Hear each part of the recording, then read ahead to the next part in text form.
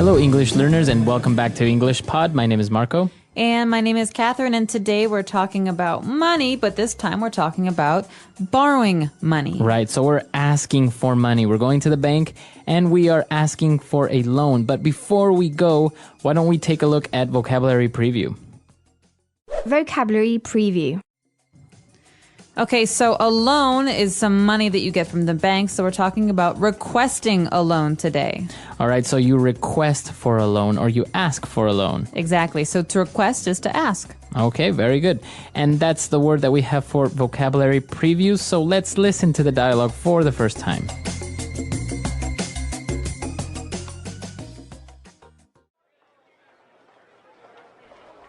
Hello, sir. May I help you? Yes, I would like some information for requesting a loan. Very well. Here are the general terms of our loan policies. We pride ourselves in having the lowest interest rate in the country for personal loans. I see. So let me get this straight. If I borrow, let's say, $10,000, how much will I have to pay each month? It depends on how long you take to pay it back. If we lend you $10,000 at an annual interest rate of 10% for 48 months, you would have to pay each month a portion of the loan, which is called the principal, and another small portion of the annual interest rate. This, of course, is considering that you don't default on a payment. It sounds good, but there's just one problem. I have a terrible credit score. That is a very serious problem, you see. The bank must assess your personal information, past loans, assets, and any other relevant information, such as your credit score, in order to approve your loan. You know what? I don't really need the money. Thanks anyways. All right, we're back. So now why don't we take a look at some of the key words that we'll find in Language Takeaway. Language takeaway. All right, so on Language Takeaway today, we have a couple of different words. Why don't we start off with the loan policies?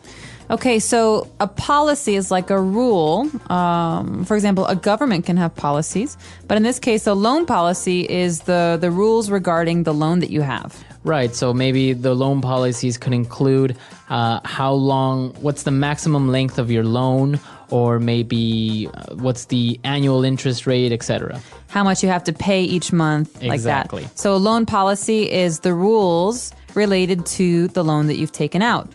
And we have some very, very important words following this. And they go together. So the first word is to borrow. Okay, so you probably know this word already, to borrow. So can I borrow your pen? Can I borrow some money? Sure, let me give you my pen. Let me give you my money. Okay. But wait, giving is different because giving means I don't have to get it back. Right. So if you want to give it to someone temporarily, then you lend them your pen or you lend them some money. Great. So to borrow is to take something from someone knowing that you will have to give it back later. Right. And to lend is to give it to someone, right? So can you lend me your pen? That means, can you give it to me, please? Right. And this is a common mistake with language learners, especially English learners, that they make the mistake of using borrow instead of lend. So, can you borrow me some money? Right. So, can you lend me some money? Sure, but I expect you to pay me back later. Okay, very good. And if I pay you back later, I'll include an interest rate. Will you really? No, not really. No, not really. Mostly it's banks that ask for an interest rate. So in this case, an interest rate means the amount of money that a bank will charge you in addition to the money that you owe them. Exactly. So it's called an interest rate, and it's a rate because it's a percentage. So Like it's usually 5%. Exactly, 5-10%. That is an interest rate. And now moving on, if you have a loan and you have to pay each month, be careful to not default on your payments. Okay, default. In the banking world, this means to not be able to pay your loan. So that means that if I owe $1,000 to you, Bank of Marco, and I don't have the money, I can't pay for it, then I default. So to be late or to not make the payment. It's a verb, to default. Very good. And well, the person asking for the loan has a small problem. His credit score is not very good. Okay, I think he calls it terrible. And one of the ways that you get a terrible credit score is by defaulting on a loan. But Right. it also means that maybe you borrow money or you have credit cards and you can't pay off your bills. And so a credit score is very important in America, and it's like a report card for your finances. Right. So, for example, if your credit score is a report card and you have an A credit score, that means that banks won't have a problem with lending you money. Or if you want to buy a new car, it'll be okay.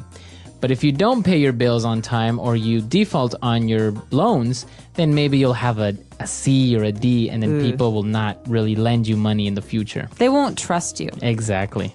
All right, so that's credit score. That's all the words we have for Fluency Builder. Why don't we listen to the dialogue again, and we'll be back shortly.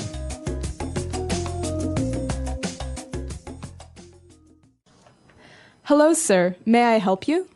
Yes, I would like some information for requesting a loan. Very well. Here are the general terms of our loan policies. We pride ourselves in having the lowest interest rate in the country for personal loans. I see.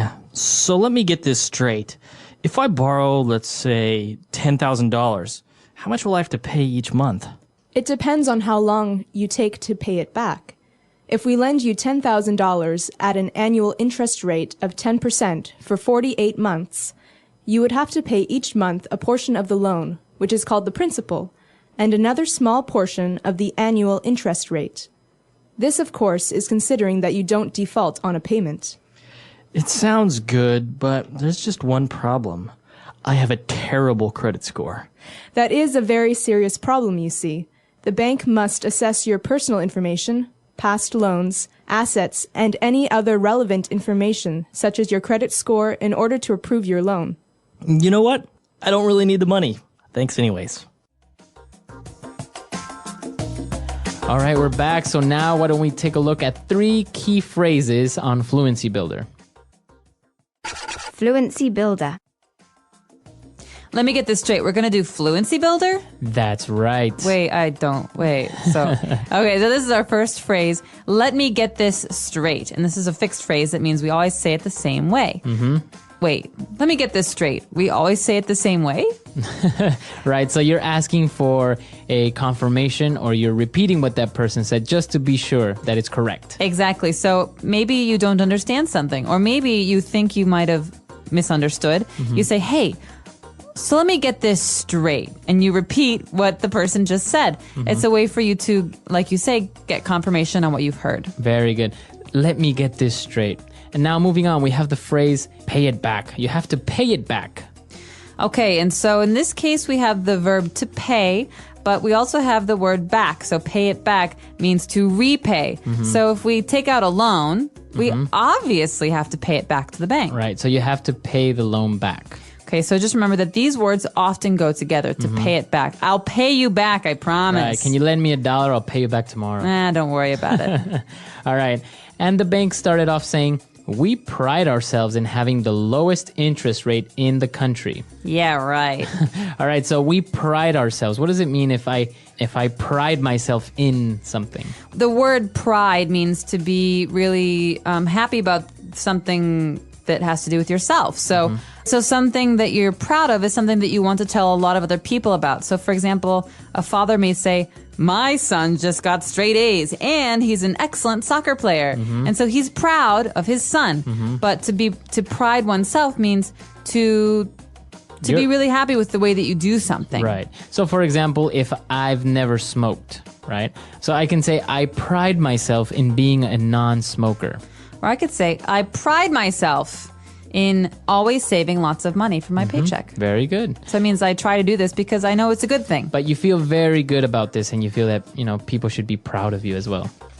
So we could ask our students here, what do you pride yourselves in as a challenge? As a challenge for the website. All right, so why don't we listen to the dialogue for the last time, and we'll be back.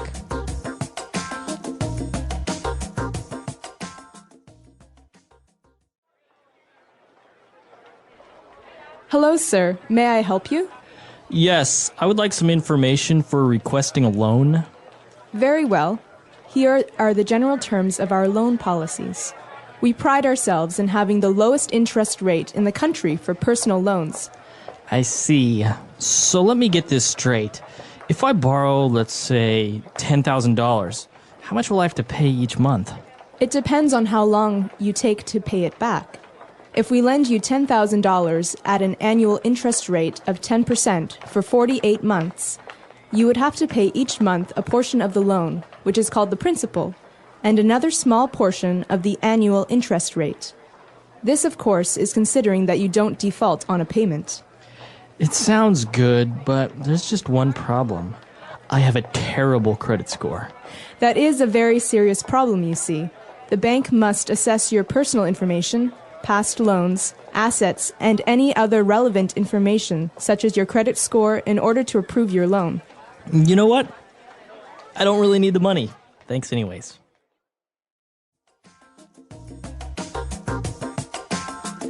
All right, very good. So as you say, saving is important, and well, sometimes do you think you need a loan?